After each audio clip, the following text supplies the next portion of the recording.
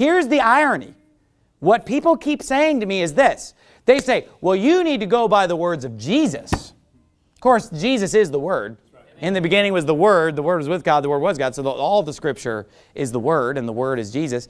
But they'll say you need to go by the words of Jesus because Jesus taught that we should love our neighbor as ourselves. And they act as if that's a new teaching that Jesus brought out, don't they? Yeah.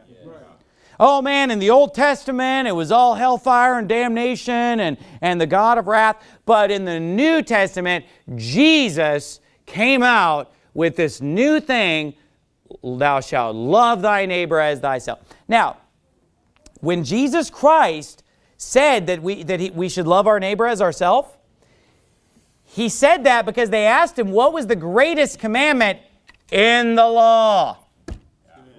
Now, when they asked Him what's the greatest commandment in the law, He said the greatest commandment is this: Hear, O Israel, the Lord our God is one Lord, and thou shalt love the Lord thy God with all thy heart and with all thy soul and with all thy mind. And He was quoting Deuteronomy chapter 6. And then He said the second is like unto it. Thou shalt love thy neighbor as thyself. And He said, on these two commandments hang all the law and the prophets. Now, the term, thou shalt love thy neighbor as thyself, is found one place in the Bible. And that's Leviticus 19:18. And that's the only place in the Old Testament you'll ever find the words, thou shalt love thy neighbor as thyself. Now, it's mentioned 8 times in the New Testament, but every single one of those 8 times in the New Testament, it's quoting Leviticus. So when Jesus said, thou shalt love thy neighbor as thyself, He wasn't bringing some new revelation. He was quoting Leviticus that had been read in every Sabbath day to the Jews their whole lives. So how can you sit there and say, oh, Jesus brought a new teaching of thou shalt love thy neighbor as thyself? No. Thou shalt love thy neighbor as thyself is the teachings of the book of Leviticus. Look at Leviticus 19:18. It says, thou shalt not avenge nor bear any grudge against the children of thy people, but thou shalt love thy neighbor as thyself. I am the Lord. That is the only place you're going to find that statement in the Bible. Or it's going to be quoting that 8 times in the New Testament.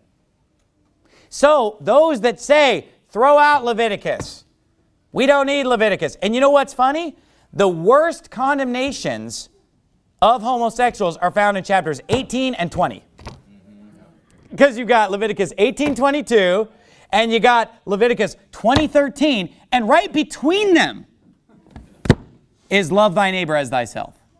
So people will try to have this warped doctrine that says, well, the Old Testament said, if a man lie also with mankind as he lieth with a woman, even both of them have committed abomination, they shall surely be put to death, their blood shall be upon them. But the New Testament says, love thy neighbor as thyself. Doesn't it just show the ignorance there? Of just not realizing that those quotes are in the same part of the same book.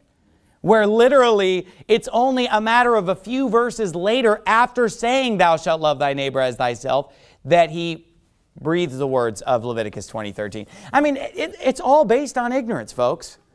People don't know the Bible. And then they get angry at somebody who tells the truth because they don't get it. And you know, if people would actually listen to the whole sermon, they'd actually learn the doctrine and there'd be no way to argue with it unless you... Here's a legitimate way to argue with it. You could just say, I don't believe the Bible. That would actually make sense. But what's sad is that people will say, well, I believe the Bible, but I just don't believe the Bible. No, you just haven't read is the problem. And if Leviticus is some book that we shouldn't touch with a 10-foot pole, then why in the world is Jesus saying it's the greatest commandment in the law, second only to loving God? Leviticus 19, the key chapter. Deuteronomy and Leviticus, these are key scriptures according to Jesus Christ Himself.